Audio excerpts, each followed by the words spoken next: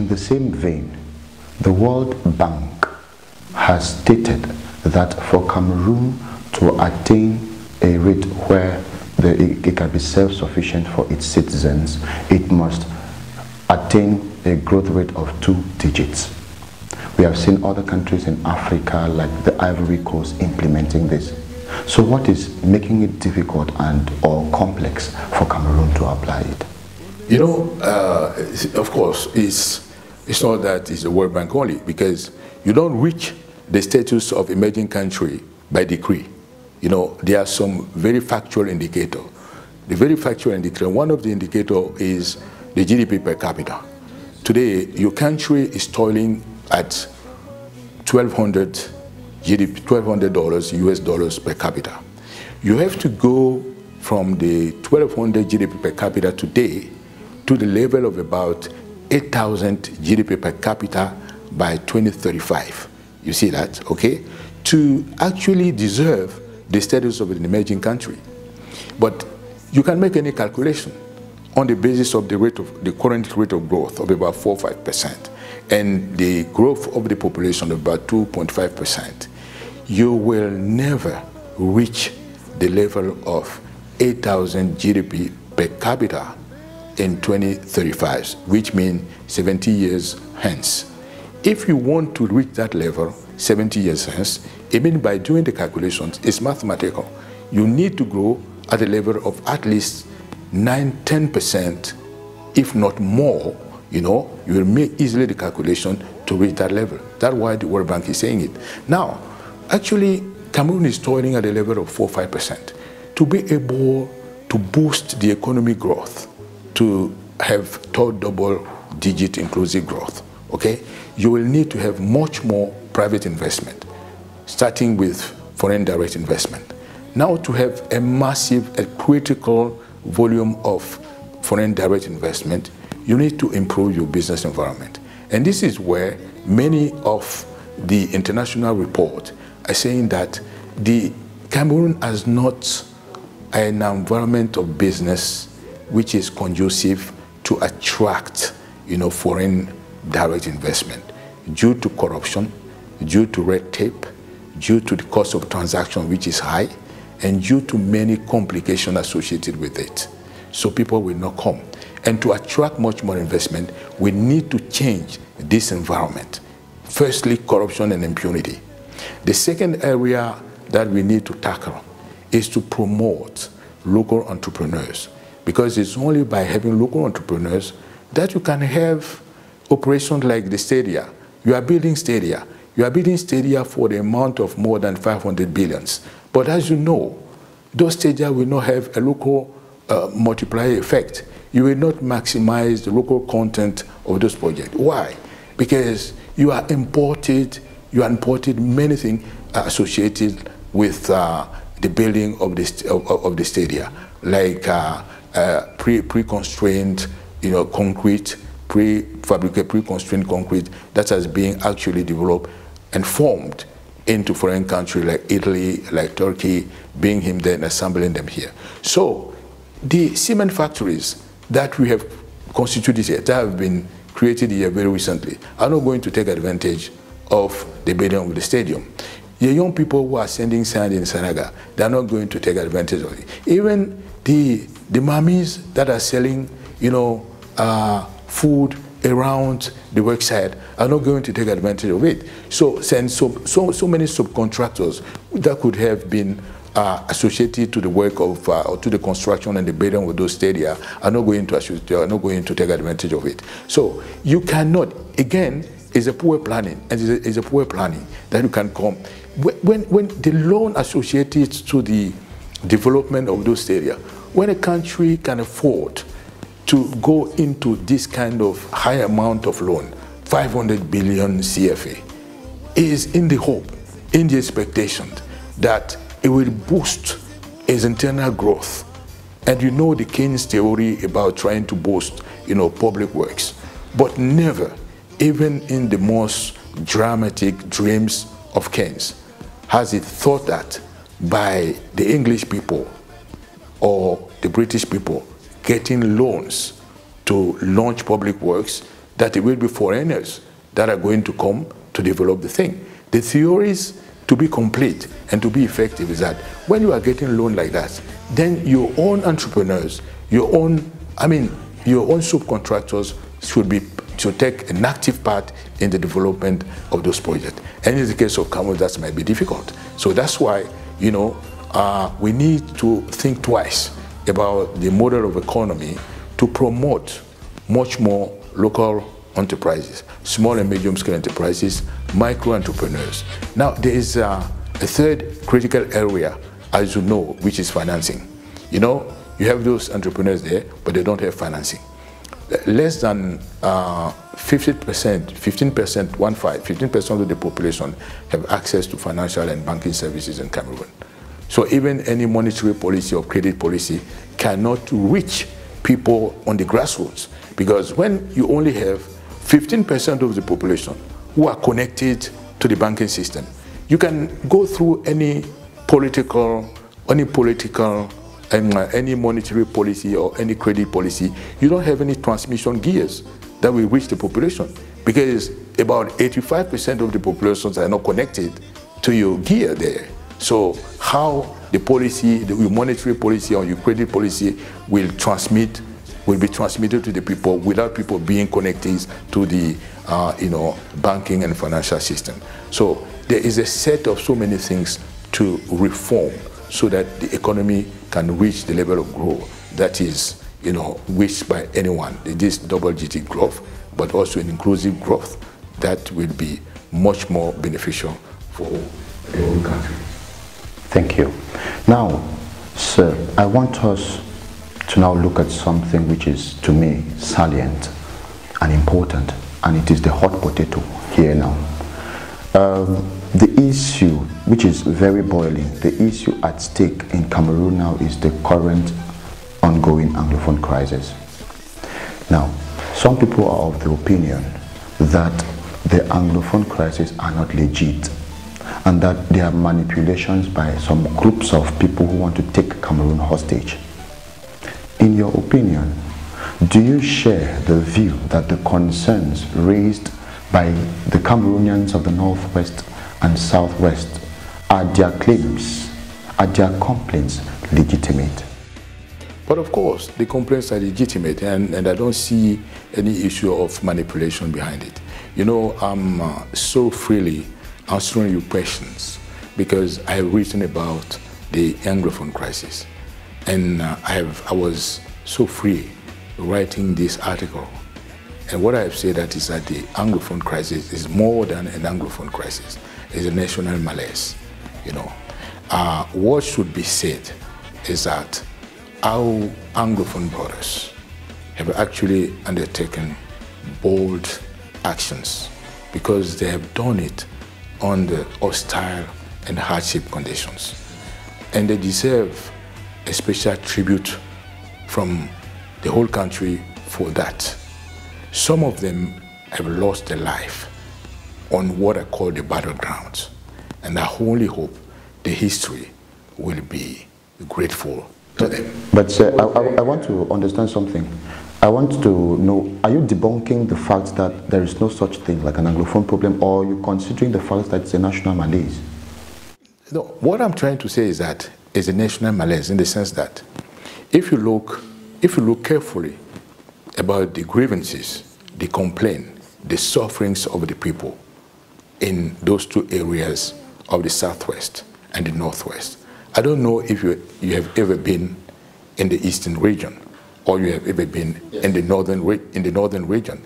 If you see the suffering of the people there, you will even see, if you know Bamenda, if you know Marwa, Mokolo, and Betwa, you will even see that the suffering in Marwa, in Mokolo, in Bamenda, I was again in Marwa very recently.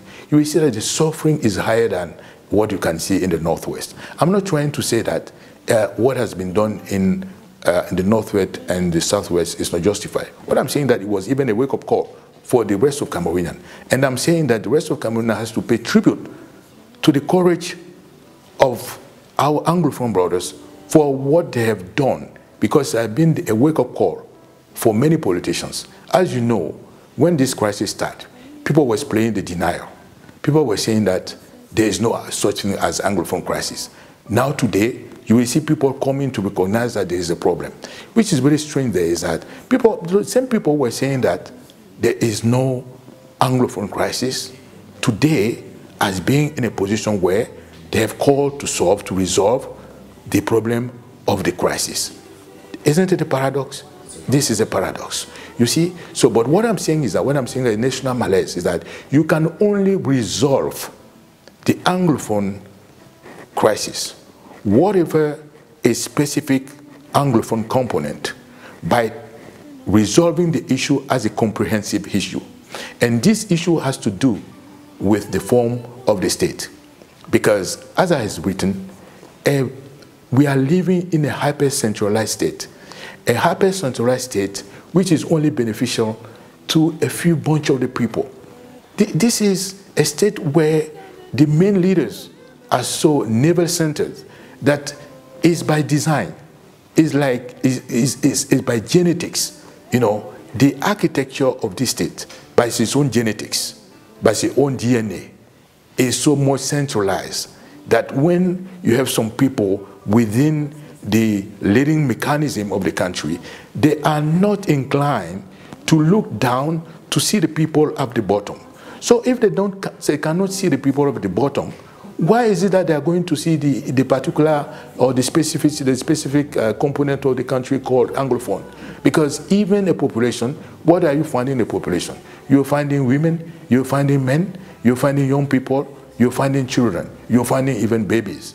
So if the mechanics of the leadership of a country, the institutional architecture is not designed in such a way that the people who are actually animating those institutions are not inclined by design to see down, to look at the people, they will not see about the specific component of those people. This is what I'm trying to say. That's why the resolution of the problem of Anglophone will go through a comprehensive dialogue, an inclusive dialogue, a genuine dialogue to come to a consensual solution.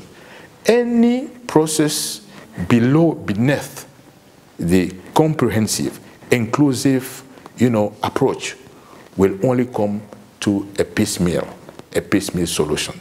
And the problem will bounce back again because the solution will not take into consideration the claims of all the components of society. It will be partial. It will be partial. It will be scattered. And it will be, as I'm saying, piecemeal. It will be fragmented. And it will not resolve the issue in a definitive and comprehensive way. You just spoke about inclusive dialogue, and that calls my attention. You spoke about inclusive dialogue. Now, what will interest the majority of the people who are watching you now will be to understand who are those people competent to dialogue, where, when will this dialogue take place? If we're talking about inclusive dialogue, I mean that all the components of the society should be represented. I mean that the political segment of the population should be represented. I mean that the religious component of the society should be represented. The civil society should be represented. The old, the young, the less young should be represented. And actually, 80% of the population is less than 35 years old. It will be so much strange to see a dialogue where the young people are not represented. You understand what I mean? So when I'm talking about all the political, all the political components of the society should be represented, it means, it should be an inclusive dialogue because we're trying to reach a consensual solution, a solution that will take into account, we'll take into account the considerations or the complaints or the question raised by any component of this society to come to a consensual solution. All right. To solve part of this problem, the state has indulged herself in fine-tuning some solutions that will stop this problem. the state has set up a commission, the National Commission for Bilingualism and Multiculturalism. The state has set up a common law system at Enam, among others. That's what the state has done. But the crisis still persists. Now, but you know why? But you know why it's persisting? It's still persisting. Because it's not coming from a dialogue. Those solutions are bureaucratic solutions. Some people are asking for secession, while others are asking for federalism. Yes. Now, what interpretation do you have to this? But the crisis is persisting, yes, because you're not trying to approach the problem through the inclusive dialogue. What you're saying about this old saying that when politicians want to kill a problem, they create a commission. You know it, no? So they create a commission. So you have created a commission. You have created a commission, and the problem is not resolved. You went to Enam to create a curriculum concerning the common law, but it's strange. The promotion of bilingualism and multiculturalism. By the way, I said in one of my interviews that if I were to name this commission, I will not name it promotion of bilingualism and multiculturalism. I will name it promotion of bilingualism and national unity, because actually at the center of the state, what should be promoted is the national unity, because it's not what you are seeing developing today, the idea of ethnicism, tribalism. Maybe Cameroon is a republic. It's not a conglomerate of ethnies. It's not a conglomerate of tribes. And we need to have a state. We need to have the idea of republic. The ideal of a republic is to gather people, to get all the citizens together, to share the common nation. This is the idea of the republic. So every time we are missing the opportunity to trying to find a consensual solution through a process of comprehensive dialogue, inclusive dialogue. That problem will bounce back again, because you will miss the opportunity of resolving this problem once and for all, in order to find a lasting and much more viable solution to the crisis. And of course, some people are saying that should the secessionists be excluded from the dialogue? Aren't they part of the Cameroon population? Aren't they part of the Cameroon population? If they are part of the Cameroon population, and especially if they are part of the problem, then they should be part of the solution. You cannot, in a search for an effective solution, exclude a segment which is part of the problem, exclude them from the process of resolving the issue. Because for me, in a very intelligent, in a very smart way, you should get the people who you consider as being part of the problem to become part of the, protocol resolution of that problem. You understand you get my point there?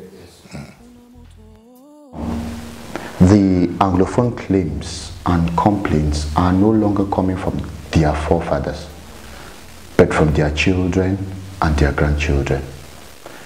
Some people see the Fumban Constitutional Conference of 1961 as a travesty by some particular group of people to dupe others. Do you share that view? I'm not only sharing that view, I wrote it, because it just appeared like a zero-sum game.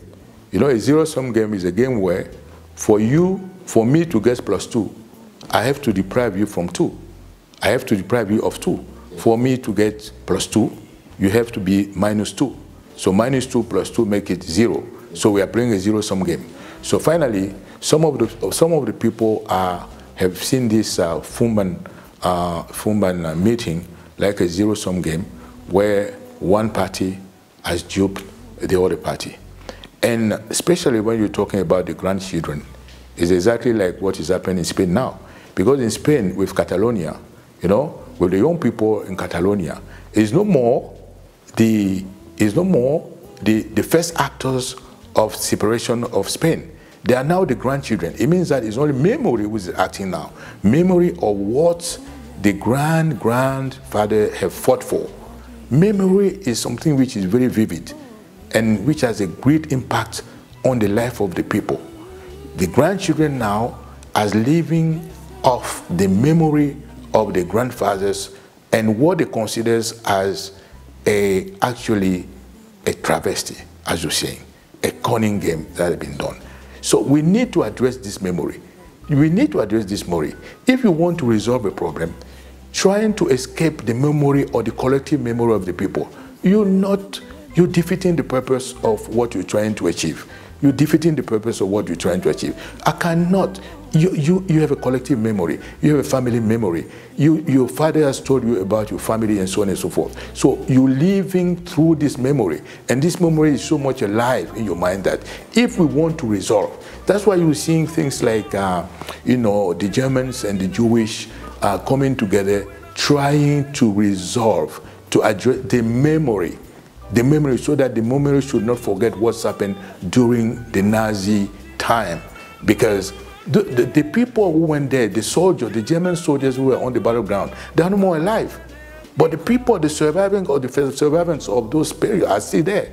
And they're telling story, or they're saying stories to their own children and grandchildren. So the children and grandchildren are living through the memories of what's happened in 1940, 1945. You understand what I mean? So as long as those memories are there, we need to resolve.